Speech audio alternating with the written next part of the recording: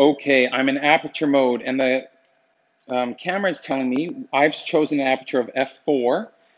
The camera is telling me a correct shutter speed is 1/13 of a second at ISO 100. So let's go into manual mode, and 15th of a second. Let's dial in those and take a picture. Now this should be correctly exposed because that's hopefully right. Let's take a look. Yeah, that looks great. So, but what I don't want the light, the ambient light, the light that's around, to expose correctly. So there's a few different things I can do. Let's go here and let's change the shutter speed. Let's make it, I don't know, I'm going to make it a lot faster, 2/50th of a second. Let's take a picture. Manual mode. Should be darker because I'm a faster shutter speed. So now look, you can barely see it. Okay, well, let's go back to that original 15th of a second, and let's see what happens if I just add flash here. So this was, again, our original exposure, and let's try adding flash. When I add flash, it should be the ambient and the flash. Let's look what happens. Whoa, yes, it's overexposed because that light is just, the flash is at full manual power, just pumping out as much light as it can. So that is just too much light. Flash with ambient light is a lot of light. So I'm going to go back. Let's go back to that 2/50th of a second. And let's take a picture.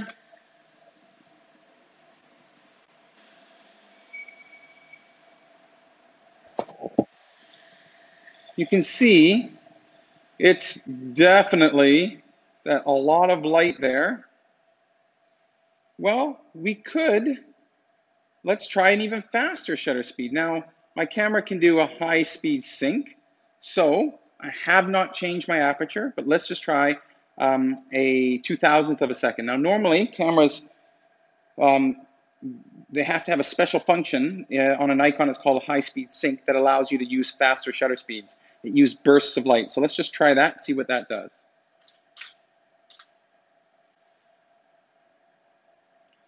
Oh, now there's the result we're looking for. So again, I've shot at, I'm still f4, the light, I'm now getting this silhouette.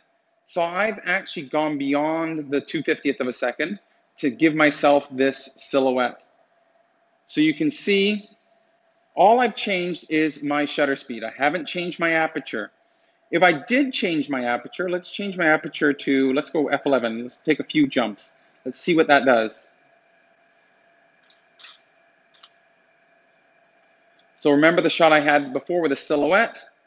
Now I still have that silhouette, but the light in the background from that flash, it hasn't quite covered the whole scene.